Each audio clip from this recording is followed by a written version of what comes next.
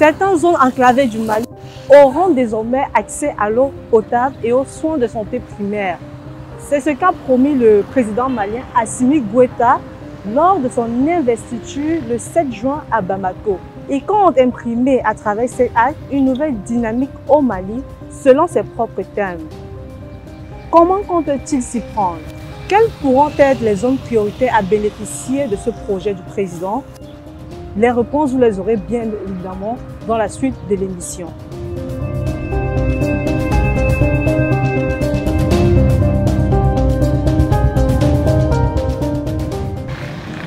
J'ai décidé d'allouer les 2/3 de fonds de souveraineté du président, soit 1,8 milliard de francs CFA annuels aux offres sociales sanitaires, notamment pour faciliter l'accès à l'eau potable et aux soins de santé primaires dans les zones difficiles d'accès. Ces propos sont ceux d'Assimi Goïta, prononcés le 7 juin lors de la cérémonie de son investiture en tant que président du Mali. Un costume que le colonel de 37 ans s'est taillé au prix de 2 coups d'État menés en 9 mois. Le nouveau dirigeant malien veut allouer les 2/3 de ses fonds de président aux investissements sociaux, le but étant de remettre le pays sur les rails en solidifiant l'équité entre les populations maliennes. Aucune couche ou aucun groupe ne sera écarté car le Mali a besoin de chacun et de tous, a promis Assimi Goïta.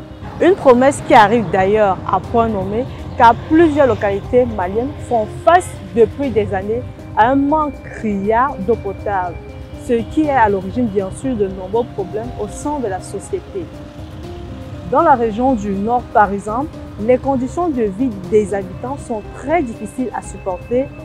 La région est dépourvue d'eau potable et les populations doivent parfois parcourir plusieurs kilomètres à pied avant d'avoir accès à un point d'eau potable.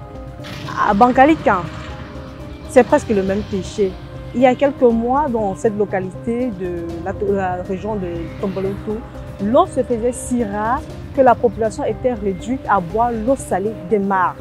L'accès restreint à cette denrée représente également un problème majeur pour les centres de santé communautaires.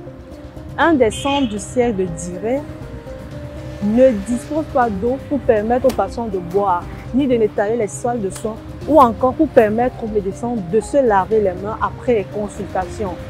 Les conditions sanitaires déplorables vont juste en mettre la santé des médecins en péril.